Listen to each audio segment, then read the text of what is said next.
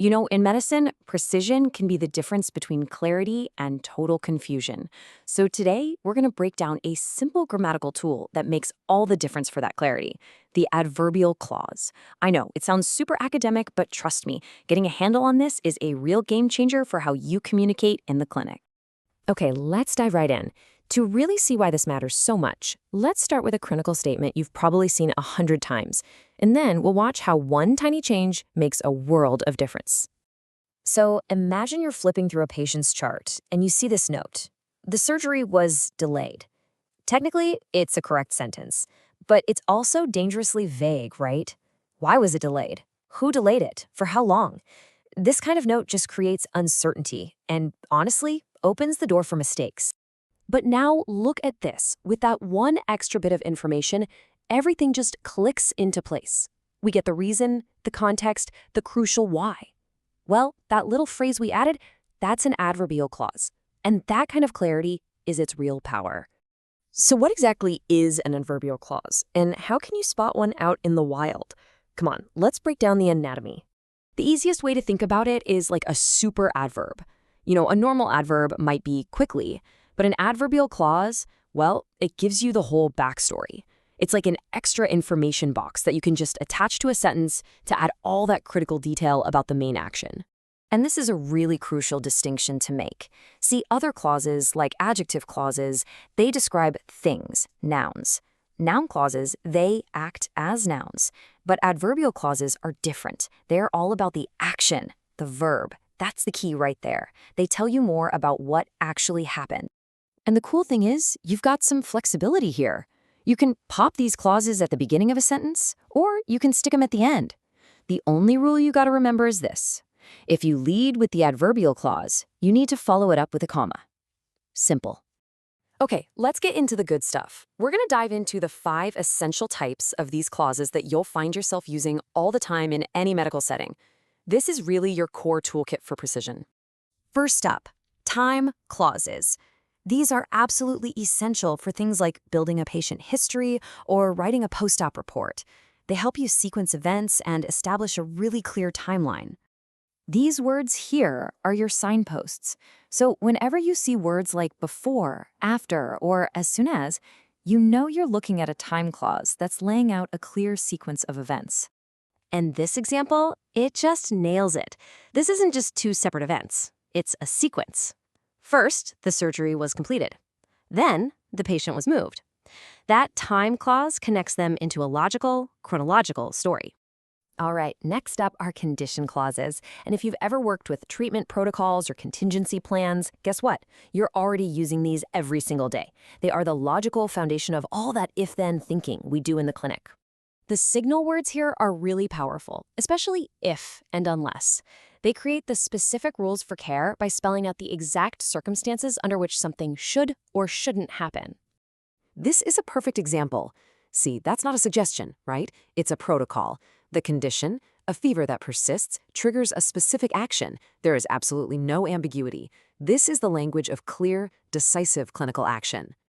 All right, let's talk about reason clauses. These are your absolute go-to for explaining a diagnosis, justifying a treatment choice, or documenting what caused something. They answer that fundamental question, why? Now, the most common one you'll see is, of course, because. But since and as work exactly the same way. Their job is to directly link a clinical action back to its root cause. This clause gives us the rationale. It doesn't just say what we did, it explains the clinical reasoning behind the decision.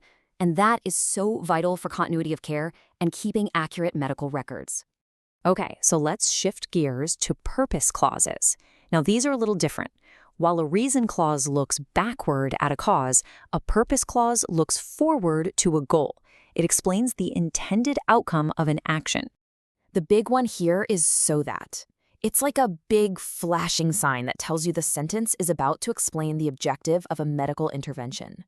See how clear that is? It directly connects the action, intubation, with its life-saving goal, keeping those oxygen levels up. It perfectly explains the why behind the what. Okay, last but not least, we've got contrast clauses. These are perfect for when you need to note an unexpected outcome, highlight findings that seem to contradict each other, or compare 2 different states.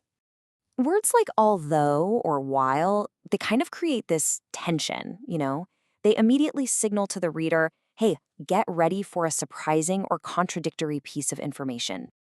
Oh, yeah, this is a classic. It gives you a much fuller, more nuanced clinical picture by holding two seemingly contradictory facts right next to each other. This is exactly the kind of detailed reporting that leads to accurate diagnoses.